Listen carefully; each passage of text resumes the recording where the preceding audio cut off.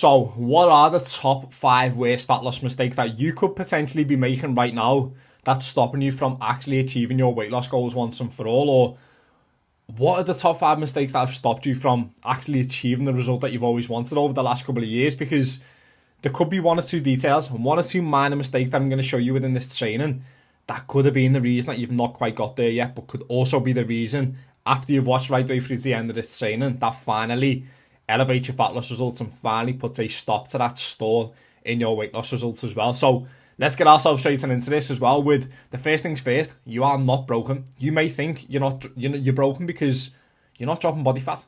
Dieting just doesn't work for you. This is a mindset that can be created because we've not dropped body fat over the last couple of years, or every single time you've tried, you've just not quite achieved what you've wanted to yet. You are not broken. It's not your metabolism. It's not your hormones. It could be simply one of these 5 mistakes that I'm going to show you within this training. So make sure to watch right the way through to the end of this. And because let me tell you something, you're not broken. You may just be making one of these 5. And how do I know this? Well, if you're new around here, I'm Mark. You may not be new around here. You may have been watching my Instagram, socials, YouTube, whatever that may be for a while. So if you do know me, hopefully you're good. And of course, if you're new around here, I'm Mark, and I've been coaching men and women between the ages of 20 and 65 for over the last 6 years. Over 350 plus people one-to-one to be exact. And here's just a few examples of the guys who've achieved these results, who were making these exact mistakes before starting. Abby on the left-hand side, Rachel in the middle, Gemma on the right-hand side. These are all guys that were making these slight mistakes that I'm going to show you. And once we tweaked them and we worked together to change these things, they elevated the results to a complete new level with the Unbecoming project as well. And also, how have I got a leg to stand on when it comes down to stuff like this? Well, I've also been in your shoes. On the left-hand side, weighing 18 stone, 5 stone heavier than I am today, making these exact mistakes. To the right-hand side, putting these mistakes right, and finally getting down to exactly where I wanted to be, from over 100 plus kg right the way down to 78 kg. So let's waste no time and let's get ourselves into mistake number 1 that you could potentially be making. And that is over-restricting yourself a little bit too early within your actual dieting phase. Because let's be honest, this is a true image of you going to bed every single night, mate, and after you've had chicken, rice and broccoli, salads, breakfast you don't enjoy, snacks that you don't enjoy, just because you think that is what is required to drop body fat, when that is simply not the case. And over-restricting yourself a little bit too early, and removing foods that you enjoy out of your day-to-day only basically leads to overconsumption further down the line. Due to no enjoyment, therefore you're more likely to crave the foods that you cannot have, which, now I'm saying this, you probably actually go, I am making that little bit of a slight error there. It creates that all or nothing approach as well. It creates that, I can't have that, it's unhealthy. As soon as you have it, bang, done, dusted. And you sit there and think, I've let myself down. And that is simply not the case. And this is what over-restriction too early within the process causes. Yes, with fat loss, there does have to be a little tiny bit of restriction. When it comes down to meals out and stuff like that, we've got to be a little bit cautious. But within your day-to-day, you can still enjoy it. And I'm going to show you exactly how we can do just that as well. So I'm just going to flick over to the iPad. And we're going to go through a little bit of a live example of this right now. So, for example, a lot of the time, you'll see yourself potentially, or you'll sit there and think the likes of, let's use a food as a avocado, for example, and then let's use chocolate over here, for example, right? So let's be honest, I was going to say I've actually absolutely butchered the spelling of chocolate. Wow. Anyway, let's be honest. We sit there and we look at avocado and think, yeah, healthy food. I've got to include it. I've got to eat that within me even a meal. I've got to have that within my day. We look at chocolate on the right-hand side and we naturally associate this as a negative thing. That's the negative. We can't have that. Avocado over here is the thing that we can have. But let me just break something down for yourself as well. And this is something that I done at the very start of my weight loss journey. Instead of reverting to foods like avocado, which for 100 gram of avocado is around 170 calories. And for, let's use something new that I've seen lately, a Twix crispy roll. The nutritional actual value of this is near enough roughly the same. I actually believe it's 154 calories, I could be wrong, but it's similar. Yes, Will avocado bring you more nutritional benefits? Yes, more micronutrients, better, obviously helping you hit your macros a lot better, which therefore is going to help you stay fuller for longer. We're going to be making sure that we're getting healthier fats, therefore supporting our hormone function. Obviously when it comes down to nutrients absorption, yes, it's got a better nutritional value for us. However, when it comes down to enjoyment, you may not enjoy this as much as you would enjoy chocolate. And this is what I always believe is super important. If we can actually find within our diet something that we can enjoy and we can sustain long term, that is exactly how we're going to get our fat loss results, which is super important. So this is not me saying make your entire day full of chocolate, because let me just make something a little bit clear. This on the right hand side, chocolate is going to leave you feeling, probably a little bit of a spike in energy for 5 minutes. 5 minutes later, you're going to want another one. It does not have the same nutritional benefits as an avocado would. However, as you'll be able to see here, enjoyment-wise, you're probably going to enjoy the chocolate more than the avocado. And, if you were to continually have avocado for the next, say, 4 to 5 days and you completely cut any enjoyment out, which let's say was chocolate, you could be finding yourself 5, 6, 7 days into your dieting phase. And before you know it, you've actually ended up consuming 1,000 calories of chocolate on a Saturday because you feel deprived of it. You've not had it. You felt deprived of it, so therefore you're going to have more of it. Now you can start to see what I'm saying. Over-restricting yourself too early can actually cause for you to throw the towel in, to massively go off plan.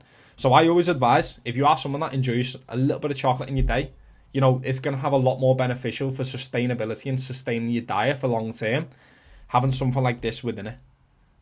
And I really do believe that. Having like a 150 calorie snack at the end of your day, yes, understanding it's not going to keep it as full for longer. Yes, it may slightly spike our cravings, but if you can manage that, it's going to help the enjoyment of our fat loss phase as well. Knowing at the end of the day, you've got something in there that's enjoyable. I done this in my own fat loss phase for the first 6 months compared to consuming foods because you require them as healthy and then therefore not having any enjoyments, having one off-plan meal, having one bit of chocolate, and the old on-offer mindset comes in. So this is why over-restricting yourself too early can actually be a big mistake that you're making. So let's flick back over to the computer as well for number 2, which is eating, burn calories. So let me just flick off on that. Perfect, cool. Perfect. So eating, burn calories, one of the biggest ones that I see. So your Apple Watch calories don't count. So if this is a little bit like you, a little bit of a Forrest Gump moment here, trying to burn more calories just so you can eat more food, I'm sorry to break it to you. This is what could be causing you to actually not drop body fat in the first place.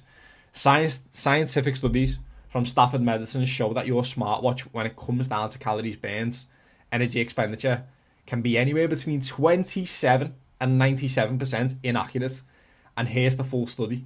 The full study that breaks this down from the most accurate watch to the least accurate watch, 27% inaccurate to 97% inaccurate. So let me just flick through to another live example of showing you this as well. Let me just flick back over to the iPad.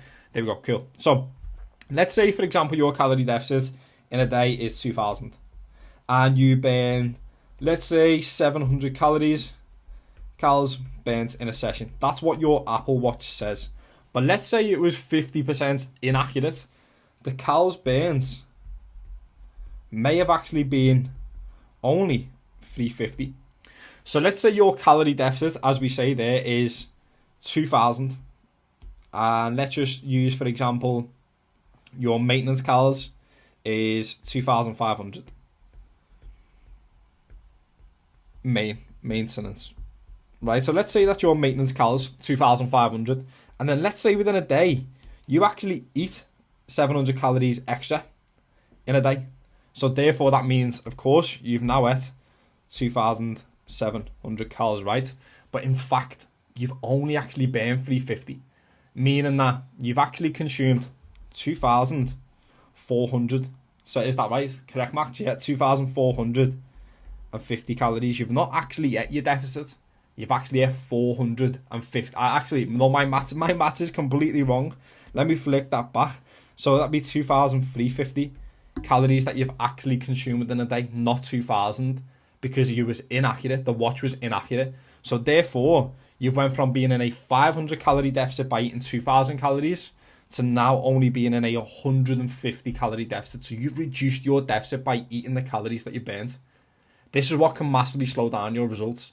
This is why reverting away from looking at the calories that you burnt within a session and approving them as food that you can eat is massively going to help you and support your weight loss goals altogether, because over consuming and eating the calories that you burned is just going to reduce your deficit and therefore slow down your weight loss results altogether. So back over to the computer now as well. And when we go into this, with number 3, being patient, fat loss results won't happen overnight. Nice and simple. It won't happen overnight. Patience is key, not just in a fat loss phase, but all areas of your life, which is super important. And anything that worth having doesn't come easy. And yes, we are going back over to the iPad for another little bit of a live example of this as well. So let's say, and I want to give you some rough numbers here. So if you wanted to drop a pound of body fat, you would need to be in a 3,500 calorie deficit per week.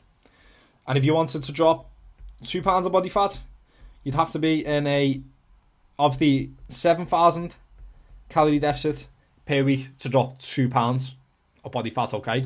So let's say, for example, you were 5 days into your deficit, 5 days in, and let's say you've been eating at a 500 cal deficit, which is definitely the recommendation. Within this period of time, you may have only put yourself into a 2,500 cal deficit. So as you can see, we have not quite chipped away the first pound yet. We've not quite done it. However, over accumulation of 30 days, right? So 30 days. So 30 times 5, if I'm correct in saying, and 30 times 500, I'm going to absolutely blow my own mind here as well. That's a 15,000 calorie deficit over a month. So that's how many calories you would have burned, just let's say off nutrition alone within a month. So therefore, if we break that down, that is minimum. That's minimum 4.5 pounds lost within a month, just off food alone by being in a 500 calorie deficit every single day. It's so important that we look at the bigger picture. This is without any exercise, without any steps added. This is without absolutely anything like that.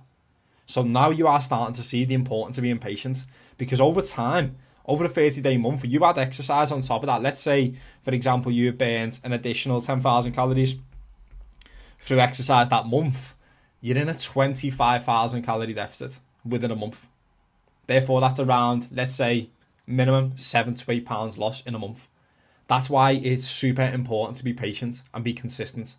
Patience and consistency cannot be explained enough as well, because like I said, as you can see, if we zone solely in on this small little number here, this 5 days, or I'm expecting to see massive results in 5 days, you're going to be massively disappointed because you're only broken to a 2,500 calorie deficit, for example. However, if you stick to it for a month, 30 days, we're going to be talking nearly, let's say, 15,000 calorie deficit. Add the 10,000 on top of that, 25,000. Therefore, we're going to be talking minimum around 7 to 8 pounds. That's just a rough ballpark number. So make sure we are staying patient, okay? So flicking back over to the computer for number 4, which is one of the biggest ones, relying on quick fixes and fads. Here's a crazy stuff here. The combined global market of fad diets, weight loss injections is estimated to be at least tens of billions of dollars, with the global obesity drug market reaching over $30 billion in 2024, and previous forecast for the entire diet industry is set to hit 72 billion, and that was in 2024. That was a study took from 2024, and there is no such thing as a magic diet. A fad diet, let me just add that in there. A fad diet in capsules is offering short-term solution to a long-term problem. And this is off the Association of UK Dietitians. This is an exact phrase within that point as well, and a full explanation upon this. Fad diets are one of the main reasons that you are continuously in this yo-yo cycle. Continuously. Keto diet, carnivore diet, fat loss injections, eating slimming clubs. These things are not teaching you how to maintain results. And this is what we do completely different inside the Unbecoming Project as well.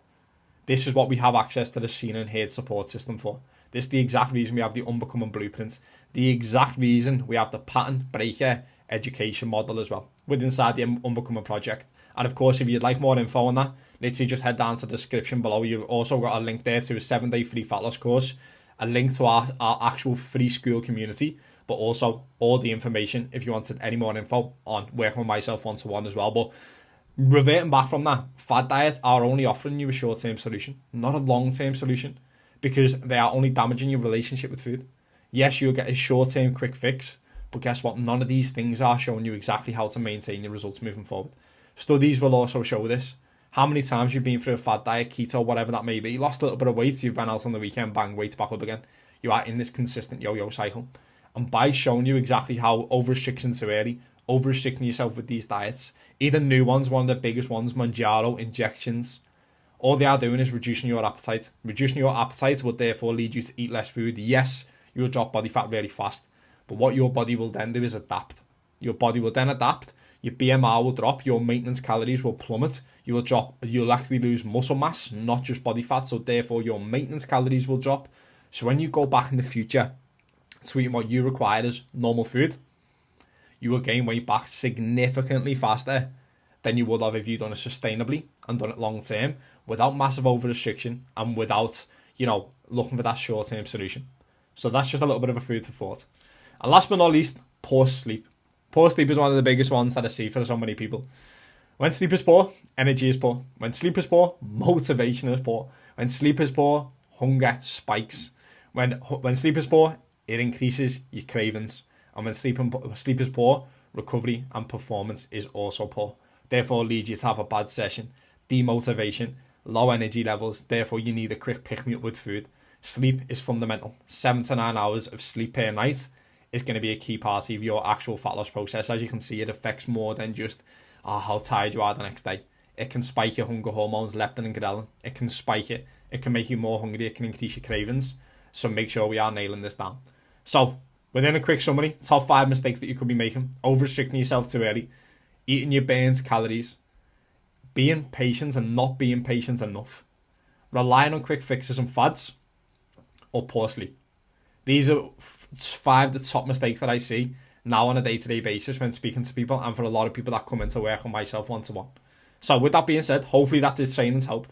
And of course, if you'd like any more info on working with myself one-to-one, there is information in the description of this video below. You want access to our free school community, that is also a link in the description below. And you want a 7-day free fat loss Kickstarter course, link is in the description below. So I'll see you on the next one, champ. Have a fantastic day. Let's go.